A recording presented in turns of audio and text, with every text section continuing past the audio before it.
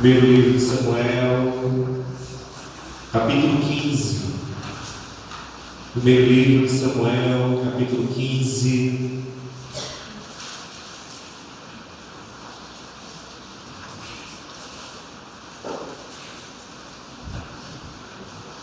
Primeiro livro de Samuel, capítulo 15, versículos de 7 a 11.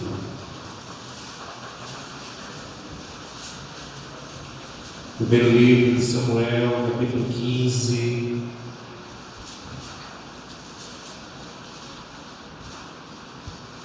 versículo 7 ao versículo 11.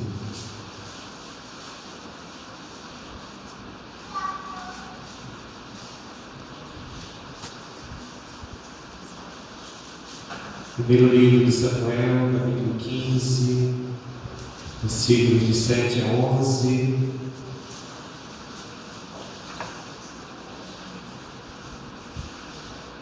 Onde assim está escrito: Então feriu Saul os amalequitas, desde Avilá até chegar a Sur, que está defronte do Egito. Tomou vivo a Agabe, rei dos amalequitas, porém a todo o povo destruiu a fio de espada. E Saul e o povo pouparam Agabe e o melhor das ovelhas e dos bois e os animais gordos e os cordeiros e o melhor que havia, e não os quiseram destruir totalmente, porém toda coisa vil e desprezível destruíram. Então veio a palavra do Senhor a Samuel dizendo: Arrependo-me de haver constituído Saul rei, porquanto deixou de me seguir e não executou, obedeceu as minhas palavras. Então Samuel se contristou e toda noite clamou ao Senhor. Abra agora sua Bíblia em 1 Samuel 31. 1 Samuel capítulo 31, versículo de 1 a 4. 1 Samuel capítulo 31, de 1 a 4, e depois versículo 8 a 10. 1 Samuel capítulo 31, versículos de 1 a 4, e depois o versículo 8 ao versículo 10, onde assim está escrito: Entretanto, os filisteus pelejaram contra Israel, e tendo os homens de Israel fugido de diante dos filisteus, caíram feridos no monte Gilboa.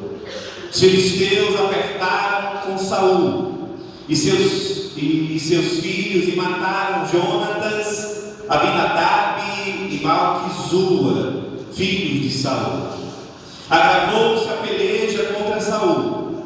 Os flecheiros o avistaram e ele muito os temeu. Então disse Saul ao seu escudeiro: Arranca a tua espada e atravessa-me com ela, para que porventura não venham estes incircuncisos e me transpassem e escarneçam de mim. Porém o seu escudeiro não quis, porque temia muito. Então Saul tomou da espada e se lançou sobre ela. Versículo 8 e 10. Sucedeu, pois, que vindo os filisteus ao outro dia a despojar os mortos, acharam Saul e seus 3 filhos caídos no monte Gilboa.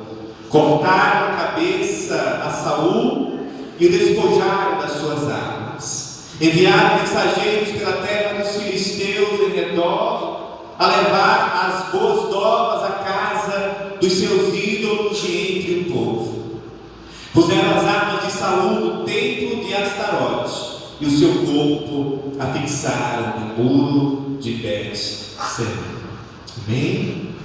Vamos orar. Repita após mim essa oração. Diga assim: Senhor Deus, eu abro meu coração para receber a tua palavra. Espírito Santo de Deus, ilumina a tua palavra no meu coração, no meu entendimento, me edificando, me transformando, me abençoando, em nome de Jesus. Amém. Queremos nessa noite ministrar sobre esse tema: erros que não podemos cometer. Erros que não podemos cometer. Repita após mim para ficar bem fixado no seu coração. Repita assim, dizendo: erros que não podemos cometer. Saul foi o primeiro rei de Israel.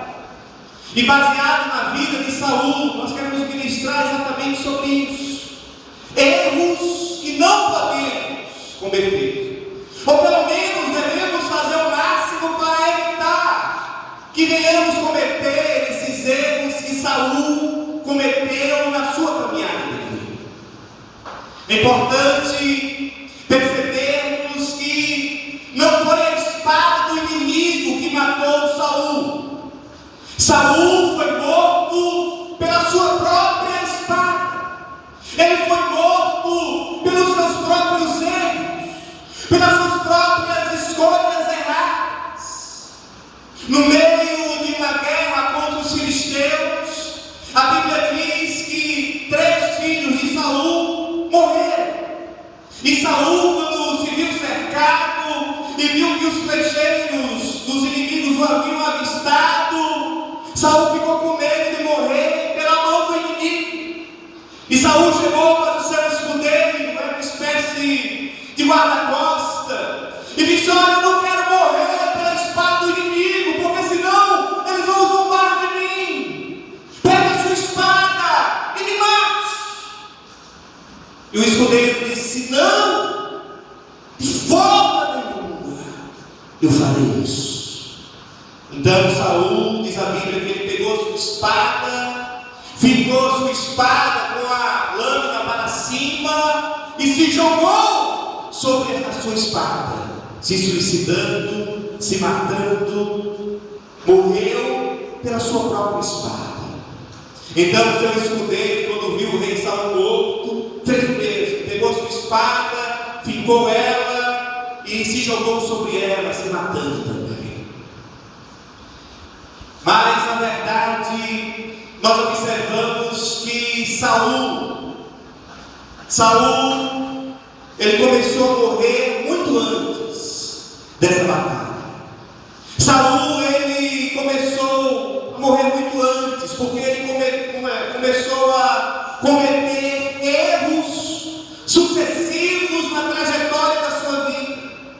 Erros que o fizeram caminhar gradativamente em direção à morte, em direção à destruição. E nós observamos com isso, irmãos, que existem muitos casos onde não é o inimigo. Existem muitos casos onde não é o diabo que mata a pessoa, não é o adversário, não são outras pessoas, não são as tentações. Muitas vezes é a própria pessoa, através dos seus próprios erros, de escolhas erradas, decisões erradas, que acabam se afundando no poço, acabam com a sua própria vida. Muitos hoje continuam ainda hoje sendo mortos pela sua própria espada, pelos seus próprios erros, e não pela espada do inimigo.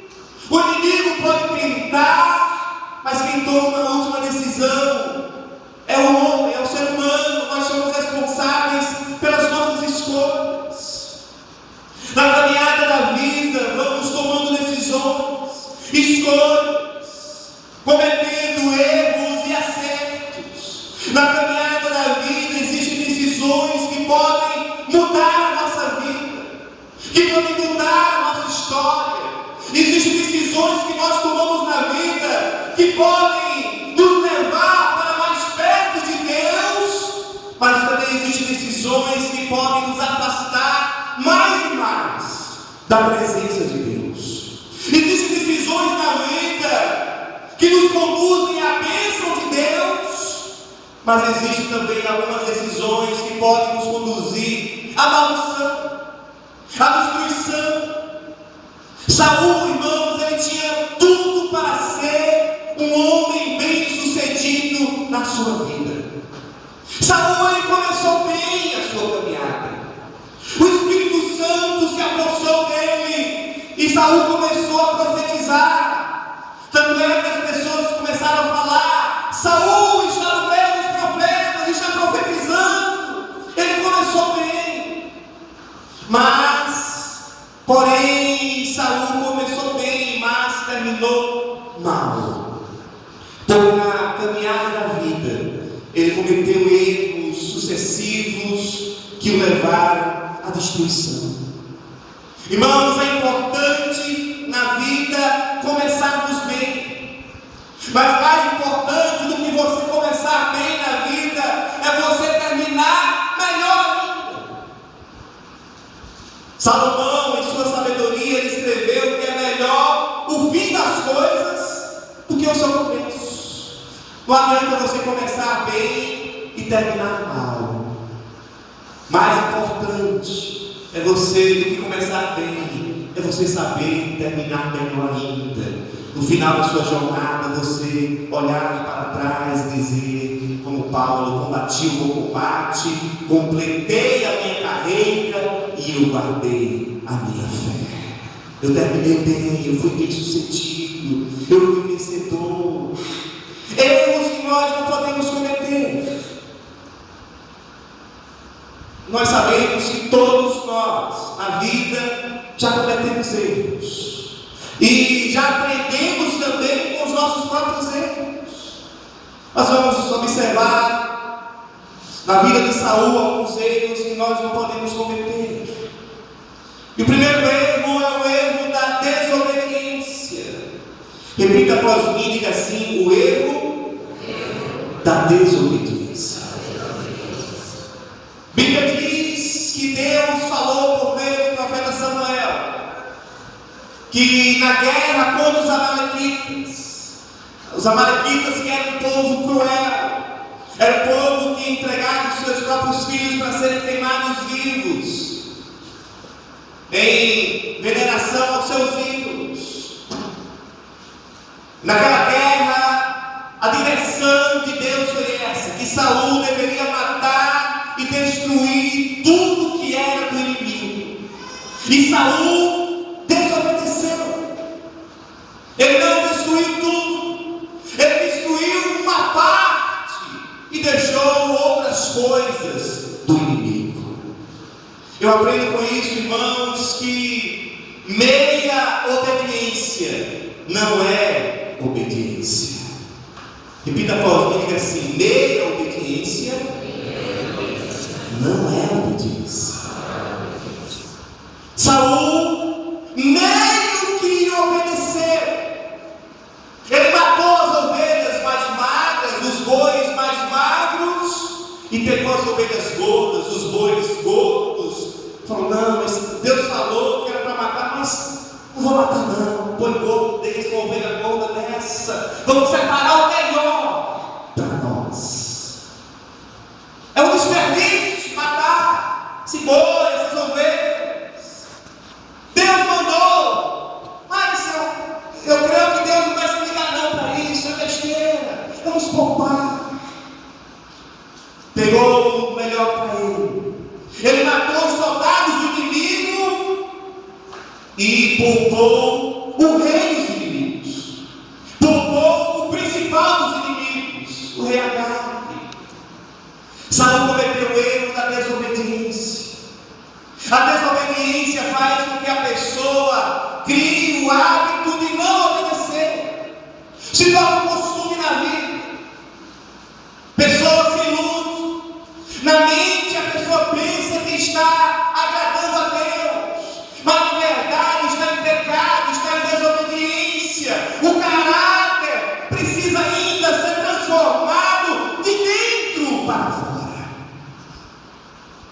desobediência cega, cauteriza a mente, engana, destrói. Deus não quer meia obediência. Deus não quer que você obedeça só 50%. Não. Deus não quer que você só obedeça domingo à noite e durante o resto da semana viva uma vida torta, um mau testemunho. Não. Por isso, lá em Deuteronômio 28, começa falando das bênçãos decorrentes da obediência. Mas capítulo 28 de Deuteronômio termina falando das maldições decorrentes da desobediência. Por isso que o próprio Deus disse: será, porém, que se não deres ouvidos a voz do Senhor teu Deus, não obedecendo os seus mandamentos e estatutos, então virão sobre ti todas essas maldições e te alcançarão. A Bíblia diz que é melhor obedecer do que sacrificar. Deus quer mais obediência do que só cultuar a Ele. Deus quer mais obediência do que só fazer algo para Ele. Deus quer mais obediência do que você só cantar, ou só falar numa célula, ou só dirigir alguma área da igreja. Deus quer muito mais da sua vida obediência. Que você seja luz, resplandeça a sua luz diante das pessoas. A obediência alegra o coração de Deus. A obediência toca o coração de Deus. A obediência faz com que Deus venha se alegrar. Deus falou em relação a Jó: tu tens visto meu servo Jó, homem reto, fiel, temente a Deus, se desvia do mal. Obediência alegra o coração de Deus. O erro da desobediência, o primeiro que precisamos evitar. Mas um outro erro que não podemos cometer é o erro da rebeldia. Repita após mim: o erro da rebeldia. Rebeldia é o mesmo que dureza de coração, coração duro. E o profeta Samuel chega para Saul,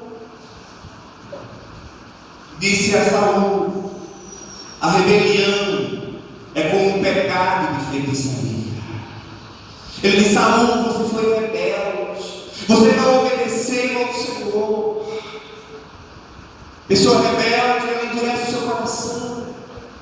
E na Bíblia vemos Deus repreendendo o povo que vinha para adorar a Ele, mas o coração era duro, era rebelde, fazia para Deus de qualquer jeito.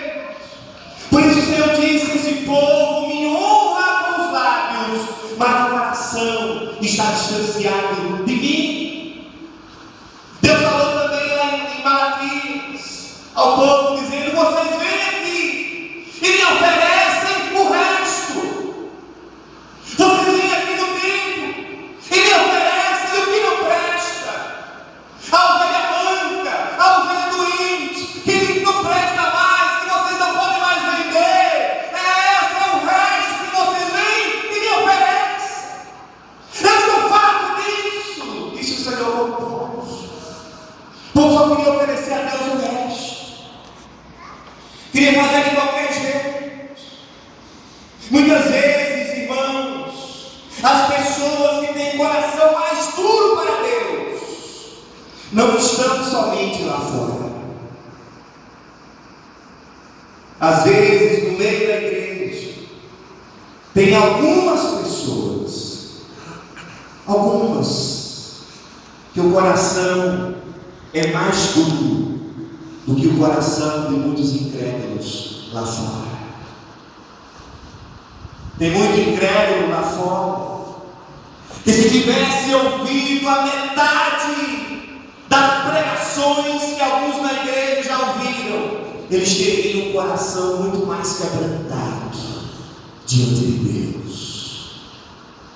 Tem algumas pessoas na igreja que já ouviram dezenas centenas, milhares de pregações.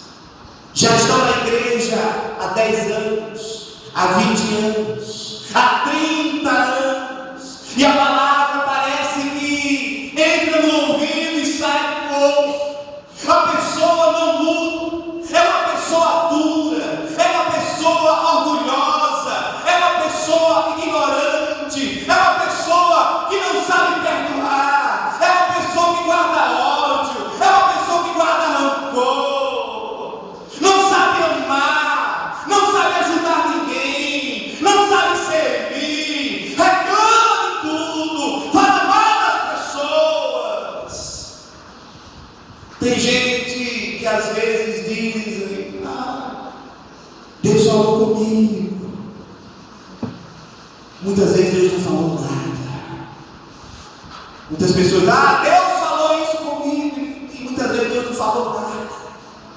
É a pessoa que muitas vezes põe Deus no meio da história só para reforçar as suas próprias vontades. Coração duro. Tem gente que se veste como crente, fala como crente, mas o coração não é um coração de crente, é um coração duro, é um coração podre, que precisa ainda ser transformado de dentro para fora.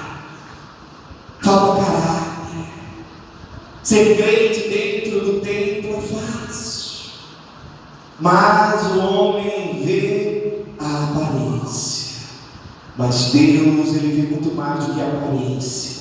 Deus, Ele vê o coração. O que alegra o coração de Deus é um caráter transformado, é um bom testemunho, é honestidade nos negócios, é ser realmente quem a pessoa aparenta ser. Repita após mim, diga assim: eu preciso ser quem eu aparento ser. É isso. Um verdadeiro servo de Deus, uma verdadeira serva de Deus. Quando Eliseu passava, a pessoa dizia para o seu marido: olha, vejo que esse que passa sempre por nós é um santo homem de Deus. Isso que alegra o coração de Deus. Não podemos cometer o erro da rebeldia, da dureza de coração. Mas o outro erro que nós não podemos cometer na vida é o erro de culpar os outros pelos nossos próprios erros. Repita após mim, diga assim: o erro de culpar os outros pelos meus próprios erros. Saul fez isso. Samuel chega e disse: e aí, Saul, você obedeceu a Deus? E Saul diz: eu obedeci, eu fiz tudo que o Senhor mandou. Mas aí o profeta Samuel começou a ouvir o balido das ovelhas, né? As ovelhas lá fazendo barulho, os bois, barulho de bois. Samuel olha para Saul e diz: você não matou todos os rebanhos, tudo que pertencia ao inimigo? Por que você não fez isso? E Samuel coloca a culpa nos outros. Não fui eu, foi o povo que poupou, foi o povo que não quis matar, a culpa não é minha, é do povo. E ainda hoje muitos vivem assim, cometendo erros, mas culpam os outros pelo fracasso das suas vidas. A culpa não é minha, a culpa é do meu pai, é da minha mãe, que não me amou, que não cuidou de mim bem. A culpa não é minha, não, eu sou vítima. A culpa é daquela pessoa, a culpa é daquele irmão, a culpa é do pastor, a culpa é daquele diácono, a culpa é daquele meu vizinho. Bota a culpa sempre nos outros e não reconhece os seus próprios erros. Muitos se desviam da fé, se afastam de Deus,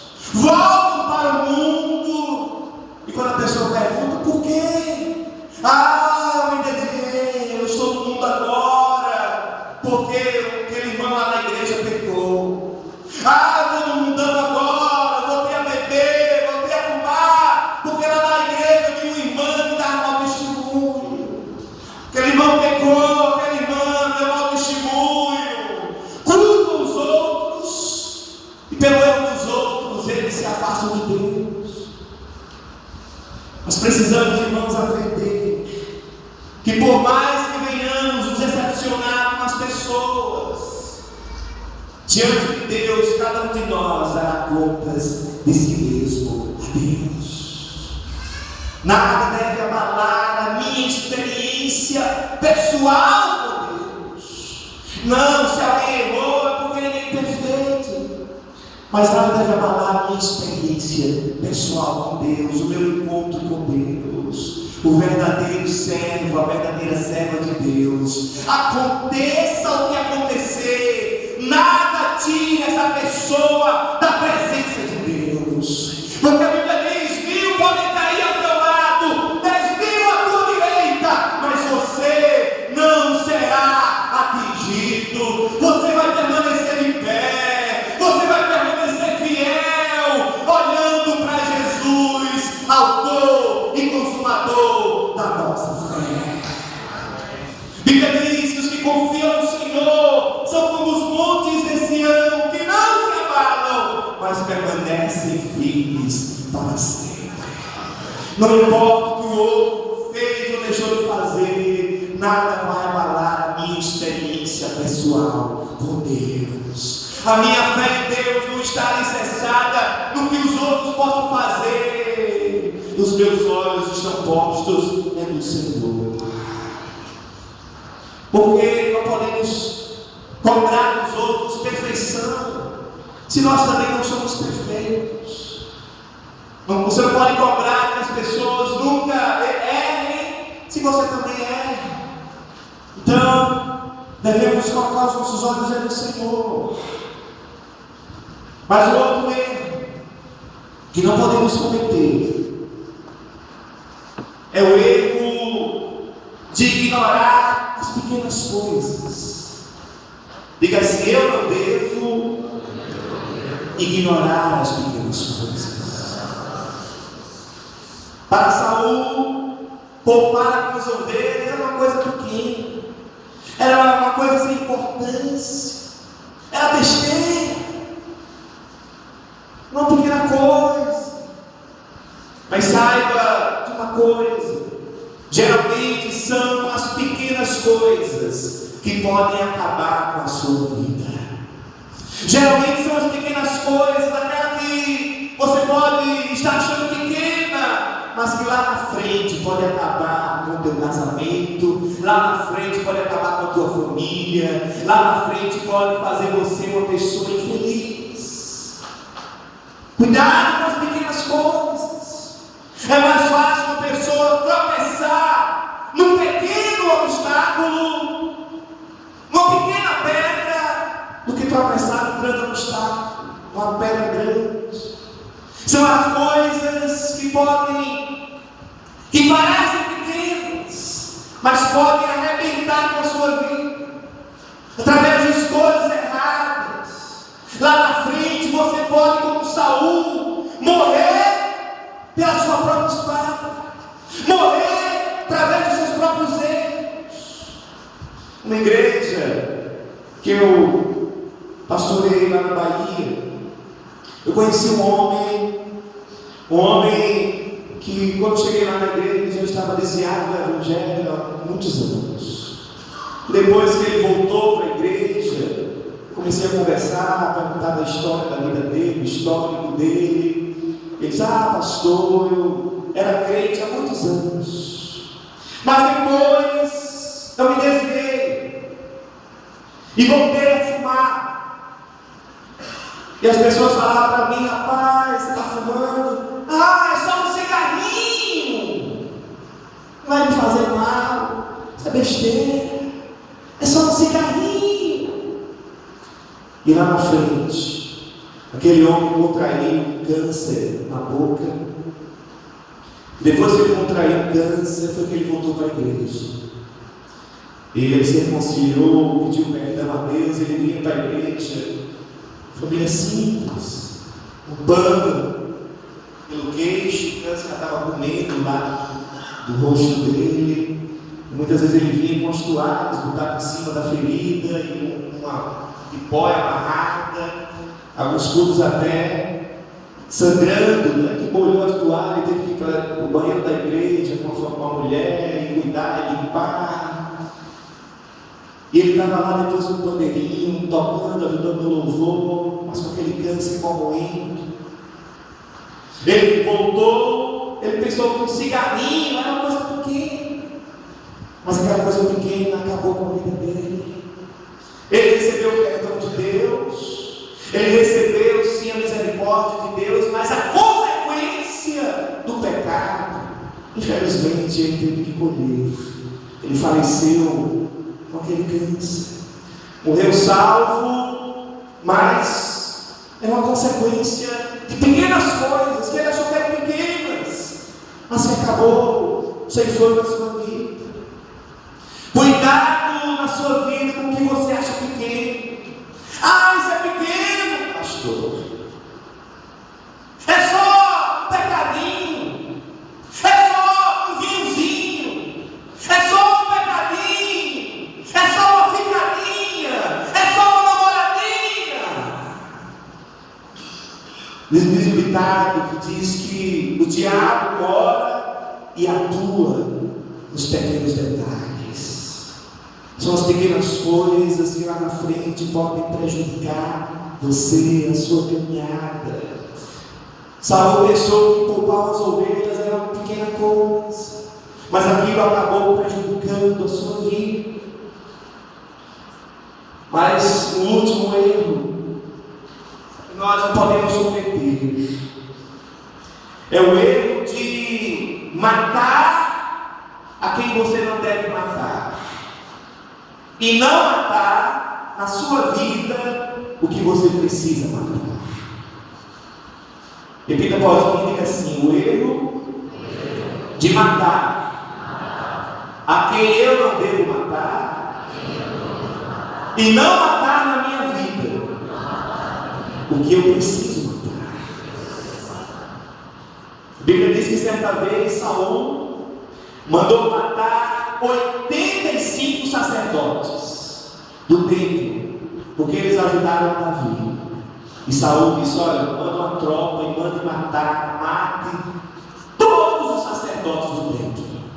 E os soldados vieram e mataram ali quem ele não deveria ter matado: 85 sacerdotes que serviam ao Senhor.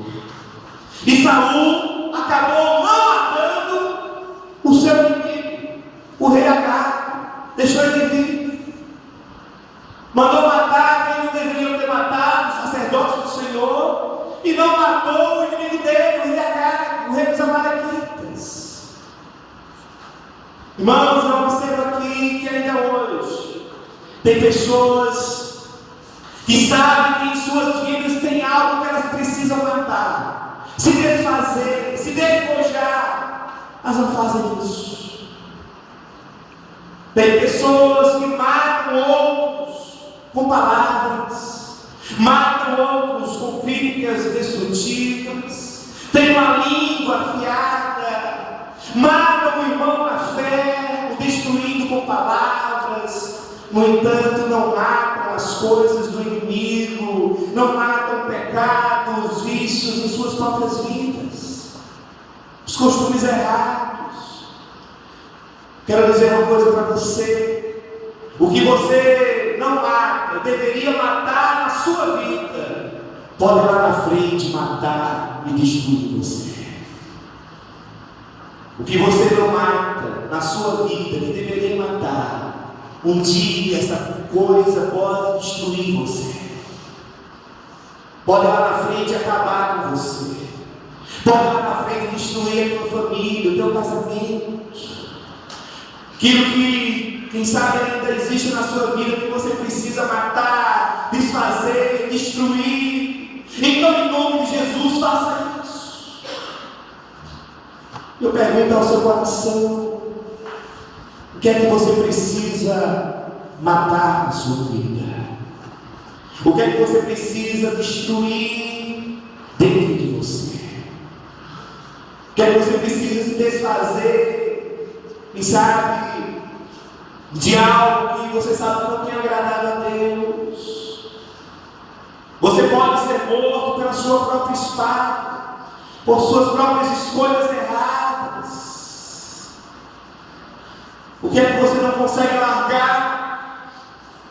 O que é que você não consegue deixar de fazer que não tem agradado a Deus?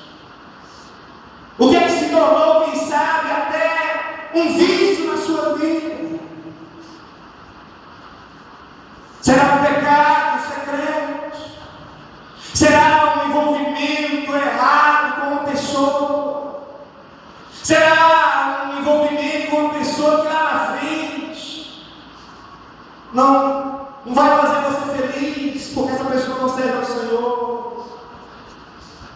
Nós temos que fazer escolhas. E quando Deus fala conosco, é porque ainda dá tempo de voltarmos atrás. Ainda dá tempo de consertar. Porque o nosso Deus, Ele é aquele que tem poder de restaurar o que precisa ser restaurado na nossa vida. Ele é o Deus que toca onde precisa ser tocado. Ele é o Deus que mexe onde precisa ser mexido. Ele é o Deus que deseja transformar o que precisa ser transformado na sua vida. Bíblia diz que nós somos vasos, e Deus está constantemente desejando nos moldar, nos lapidar, para fazer de mim, de você, vasos de bênção nas mãos dele. Eu convido você nesse momento a se colocar de pé. Eu convidar o grupo do louvor.